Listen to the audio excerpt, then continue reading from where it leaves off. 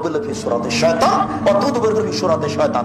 নিশ্চয় মহিলা শয়তানের বেশ ধরে আছে, শয়তানের বেশ ধরে যায়। বলো কে? তোমার বোন।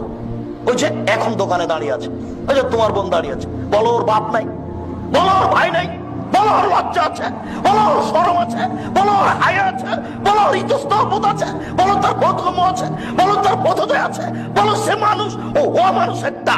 ও জাতিকে জেলা করিয়ে জাতিকে জাহান্নামে ঠেলে দিয়ে নিজেকে ব্যবস্থা করে রুজি উপার্জন করতে চাই, সে নিজের বিদ্যা দেখাতে চাই।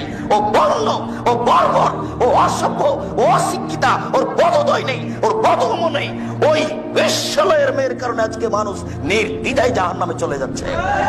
বলো কি জাহান্নামে যাওয়ার এগুলি সবচেয়ে বড় পথ? তুমি বলো কি?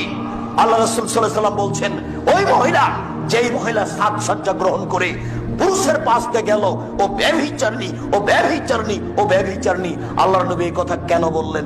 তিনি বললেন, মা তারাক্তু বাদি ফিতনাতান আযারা লিরাজালি মিনান নিসায়ে, আমার জীবনে ছাড়িনি কোন বস্তু যেটা পুরুষের জন্য বেশি বিপজ্জনক হতে পারে নারীদের চেয়ে। আমার জীবনে ছাড়িনি কোন বস্তু যেটা পুরুষের জন্য বেশি বিপজ্জনক হতে পারে নারীদের চেয়ে। আমার জীবনে ছাড়িনি কোন বস্তু যেটা পুরুষের জন্য বেশি বিপজ্জনক হতে পারে নারীদের চেয়ে। আল্লাহ রাসূল বলছেন, ইন্নান নিসা হাবাইলুশ শায়তান, নিশ্চয় মহিলারা শয়তানের জাত, নিশ্চয় মহিলারা শয়তানের জাত।